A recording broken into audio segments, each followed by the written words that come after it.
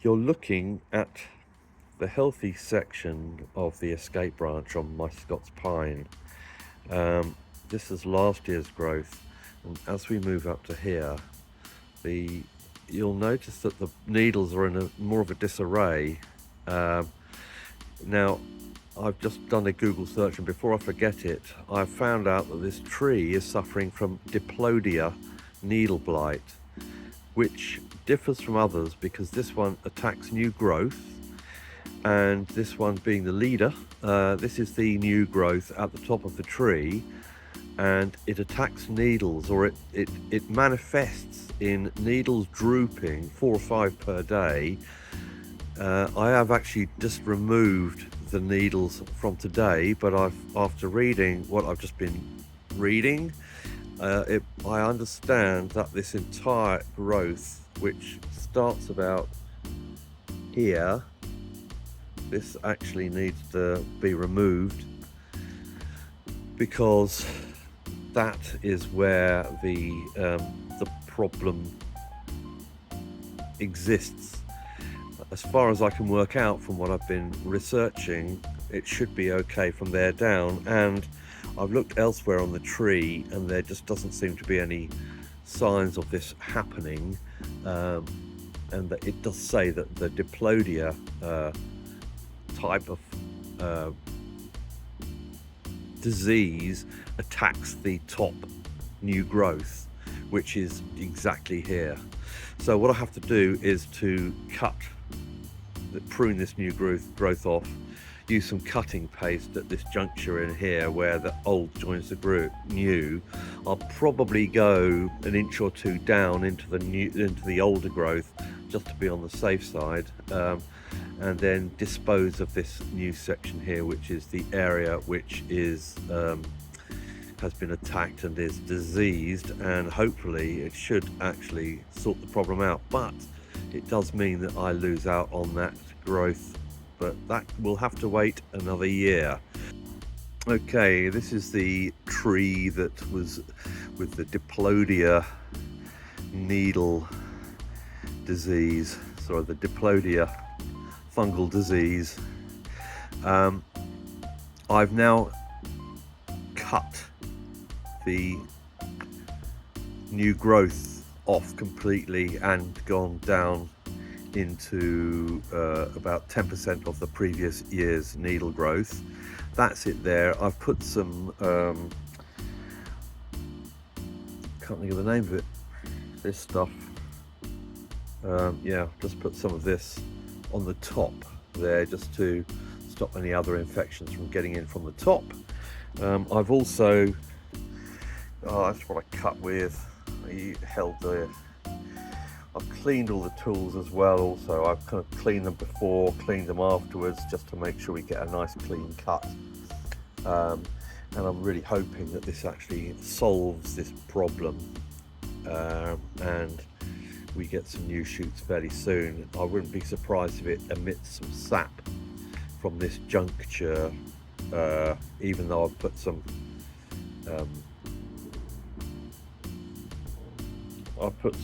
mastic, or some, some, not cut paste, is it? It's something, I can't think of the other name, but lac balsam, I think that's what it's called. So yeah, it's got some of this lac balsam over it to hopefully stop it from getting any infection in the top. And we'll just have to hope that that actually helps with allowing the tree to continue without actually letting that disease get any further into the tree. But I will report back on this as and when new shoots emerge, or if it gets worse or if it gets better. We'll have to see what happens. Okay, we're back on the Diplodia needle blight case. This is the piece that I cut off, the offending piece, and what I'm pointing to here is the browning that causes the needle, the single needle within each pair, to start drooping. From what I can understand, it's due to the water being cut off from the needle, which is what the disease does, what the fungal disease does. There are a couple of other needles on here, but what it does, it just kind of makes the needle droop like this. It tends to droop down, which is how I started noticing that there was a problem. I saw one nearer the top. I'm going to twist this round. Now you can't see it too well there. I'm going to come up a bit, because just in here at the back, there's a needle at the back. Yeah, this thing's starting to move away, so I'm going to move it closer in here, so that where we're at, that one there, I can't tell if you can see it or not.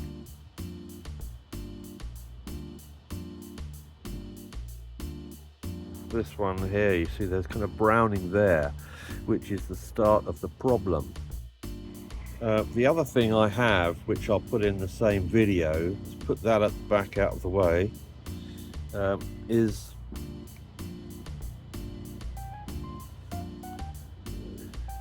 these needles. And these needles kind of probably give you a better indication of what the brown colouring is at the base of the needle, not at the tip. Sorry, that's a helicopter just flying over. Yeah, the discoloration that you can see, the brown coloration, is from the base of the needle, which is what I was trying to show you on the needles that exist still on the shoot. So all of the needles that you can see down there were needles that I removed, and I removed them after I'd noticed that they were drooping quite noticeably, looked like they were dying, and it just seemed like an odd thing, considering that the other part of the pair of needles seemed to be fine. The only other thing I noticed was that the entire tip had stopped kind of being a bright, healthy looking tip, as in the candle, you know, the opened candle, the main shaft of growth. It just kind of seemed to have gone off colour, and that itself was also drooping very slightly. It wasn't falling over or curving or anything like that, but it was just slanting, and I just thought to myself that it didn't look very healthy, which is when I started looking into what might be the problem. But I hope what I've just shown gives you some kind of an idea. I could just see another one that I might just see if I can get into camera shot. You just can't see it that well from here.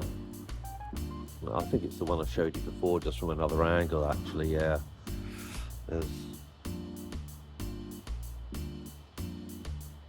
yes, this one here, it's the same one as I showed you before, but it's what the discoloration looks like. I've looked at some images on Google that are meant to show what this Diplodia needle blight looks like, and it doesn't quite match what you're seeing here. But I think I might have caught this at a very early stage, because I'm seeing it every day up close. I'm seeing the actual growing tip of the tree every day, and I think that is what has alerted me to something that could get a lot worse, over time. So what I might do is just keep the tip no, I'm probably going to throw away the tip. Cancel this bit. Let's leave it that I've tried to provide as enough information as possible with the disease that I think it is, and you know, hopefully it might help some people see a problem with their pines and actually realize that they need to do something about it. But the instruction was to remove the growing tip, or the new growth this season, which is exactly what I have done. I cut into about 10% of last year's growth when I did that. So that is where we're at. These are the needles, looking up close. That's what the needle looks like, kind of browny colour, and it goes soggy. It just feels very, very soft, very kind of like watery. Where is it there? Yeah, it's just not that noticeable, apart from it makes the needles droop. Anyway, I won't go on. I might edit this down a bit. Thanks for looking. Hope this is of help to someone with a sad Scots pine. See you next time.